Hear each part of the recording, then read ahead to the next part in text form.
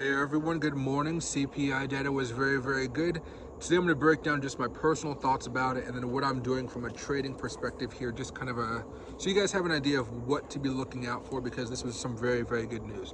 So if you guys didn't know, CPI came out this morning. We were streaming it and it came in at 3.3% when expectations were at 3.4, all right?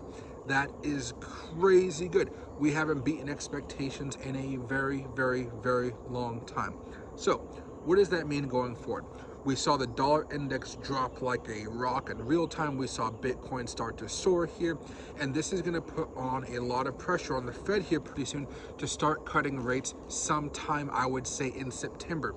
Not in August, not in July. I still think they are going to happen in September here, which means it might take a while for altcoin season to start and for Bitcoin to go parabolic, but I still think Bitcoin can easily make its way up towards $90,000, $100,000 over the next few months here going into the summer, because everybody is pricing this in.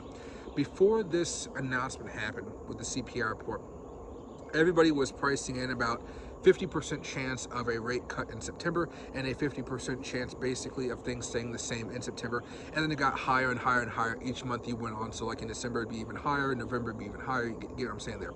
So what my plan is right now is to continue dollar cost averaging your Bitcoin, your Solana, your Ethereums, and things of that nature here. Those have actually been working out fairly well.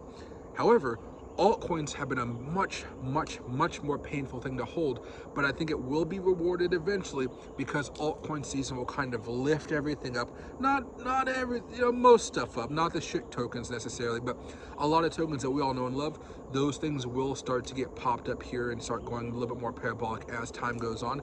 Really, when rate cuts happen, and we know for sure they're happening in September, which I think we'll know probably after this FOMC meeting, you will see altcoins start to have some really good moves after a ton of massive shakeouts here. You guys can see Loki, he's having a good time. There's a poor squirrel family of like 5 up there trying to get down from the tree, and Loki's not letting them. So anyway, my goal here is to typically just keep on dollar cost averaging. I think we are getting close, and I mean within the next month or so, of doing some swing trades here as a group, where I show you guys a $5,000 Bitcoin long trade or something like that, and we're just holding on 5 to 10x leverage, and we're just launching that thing to the heavens here. So I'm really excited for that to come along. But in order for that to happen, as you guys know, I will need to see the change of character remain green, which I have no doubt it will do. But I will need to see the MACD on the weekly, the RSI on the weekly, and the stochastic on the weekly all point up, and that's how things are going to get very good in a short amount of time. Everybody's been talking a lot about how heavily shorted everything is, and there's 2 different ways to think about it at this point in time. There are people that are shorting right now because they believe Bitcoin was going to go down off of that CPI report. They are wrong at this point. On the other side here, a lot of those shorts are hedges right now, because so many people own Bitcoin. They need to have some type of hedge in case Bitcoin were to drop like a rock, because it has a lot of crazy volatility, let's just say that.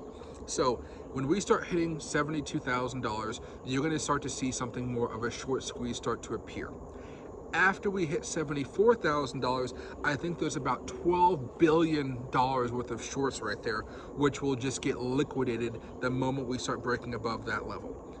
That's where I think everything starts to get a little bit more into the crazy FOMO territory, where maybe I'm not looking to buy around that time, but I'm looking to hold a lot of the same positions I've already had, and I'll be looking not to necessarily do more swing trades, because I would have already opened a swing trade by them. Primarily, I'm going to be doing some really crazy aggressive day trading. Not just with Bitcoin, not with Ethereum or Solana, a lot more of it coming down to what we might talk about just being, the Maddox of the world, the ape tokens of the world, all the AI tokens out there, the meme tokens, all of that type of stuff. Some really large positions with medium leverage, or smaller positions with high leverage here. Both are going to work out fine for me, but let's just say I don't want to pay as many fees, so let's do the high amount of capital with the less amount of leverage here. So that's kind of the goal for right now. I think ultimately things are looking pretty good for the market. I am a lot more optimistic, to be honest, after what we just saw here today with 3.3% inflation. However, we do have FOMC coming in today. I do think Jerome Powell is going to be dovish. I do not think we're going to have any talk of rate hikes. Mostly it'll all be about, hey, why aren't you cutting rates soon enough? That type of talk, which ultimately that's the good news you want to be hearing, you know. And the meeting starts at 11 a.m. Pacific time, or I think 2 o'clock Eastern time. So I think we're going to be fine there. As far as everything else is concerned, I'm just going to keep on dollar cost averaging. There was a legitimate fear I think a lot of us had that if CPI is bad, it was going to lead to a prolonged bearish move for the next few months, and we really would have just been going down towards 60,000 bucks again for another nasty move, and that would have really decimated altcoins here. That's the big issue here, not Bitcoin. It would have been altcoins that got decimated, and a few other things. This is why I say trust in those economic data indicators more than you trust us influencers. I've been showing you guys a lot of Benjamin the last few days, and he was very adamant about, and a lot of other influencers, I'm not picking on him, trust me, you guys way smarter than I am.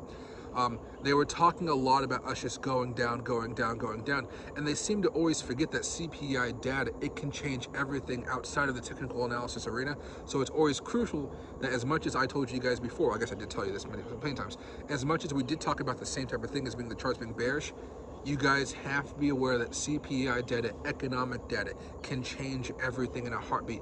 Just like the really good jobs report did a few weeks ago, or this past Friday, when the earnings, that the raises, the raise inflation, whatever you want to call that, that went up like a lot.